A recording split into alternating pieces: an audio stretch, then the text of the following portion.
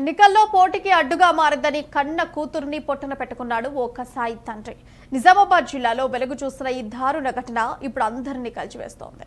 మహారాష్ట్రలోని ముఖేడ్ మండలం కేరూరు గ్రామానికి చెందిన పాండురంగ అనే వ్యక్తి అక్కడ రాబోయే పంచాయతీ ఎన్నికల్లో సర్పంచ్గా పోటీ చేయాలని నిర్ణయించుకున్నాడు.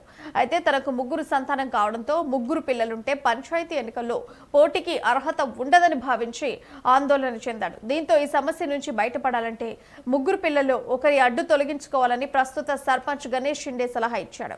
అతడి సలహాతో వెనక ముందు ఆలోచించని పాండురంగ తన పెద్ద కూతురు ప్రాచీని దారుణంగా హత్య చేశారు. ఆ తర్వాత ఆ శవాన్ని నిజామాబాద్ జిల్లా ఎడపల్లి మండలం D46 కెనాల్లో పడేశాడు. ఇటీవల బాలిక మృతదేహం లభ్యం కావడంతో కేసు నమోదు చేసుకుని దర్యాప్తు చేసిన పోలీసులు అతడి తండ్రే హంతకుడని గుర్తించారు. హత్యకు దారితీసిన పరిస్థితులపై ఆరా తీయగా ఘోరం వెలుగు చూసింది.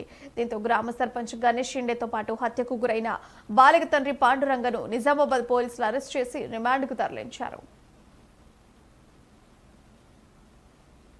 బోధన్ డివిజన్ పోలీసులు, ముఖ్యంగా బోధన్ రూరల్ పోలీసులు 29వ తారీఖున దొరికిన అనుమానాస్పద స్థితిలో దొరికిన ఒక 6 ఏళ్ల పాప,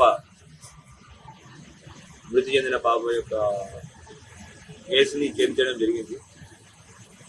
విషయానికి వస్తే 29 జనవరి మనకి ఏఆర్పి క్యాంప్ దగ్గర D46/8 నిజాం సాగర్ కాలువలో ఒక 6 ఏళ్ల పాప మృతదేహం కనపడింది.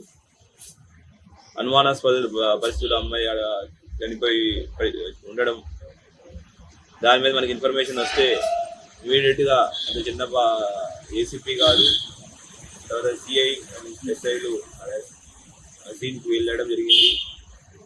అనుమానాస్పద మృతిగా దాన్ని భావించి అది ఎట్లా చనిపోయింది, అది కారణం ఏంటి అనే దాంట్లో ఇన్వెస్టిగేషన్కి ఒక 3 టీంలు అరేంజ్ చేయడం జరిగింది.